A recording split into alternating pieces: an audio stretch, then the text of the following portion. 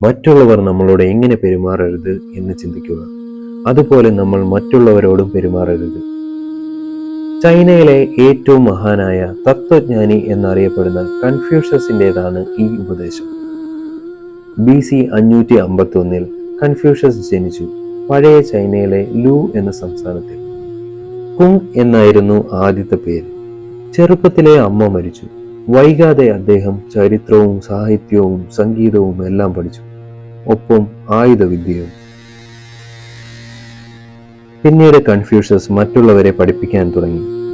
ശിഷ്യന്മാരുടെ എണ്ണം വർദ്ധിച്ച് ഒരിക്കൽ 3000-ഓളമായത്രേ.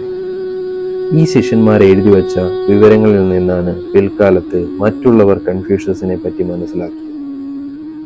കൺഫ്യൂഷ്യസിന്റെ ഉപദേശങ്ങളും ആശയങ്ങളും ഉൾക്കൊള്ളുന്ന കൺഫ്യൂഷ്യനിസം എന്നൊരു ശാഖ തത്വചിന്തയിലുണ്ട്.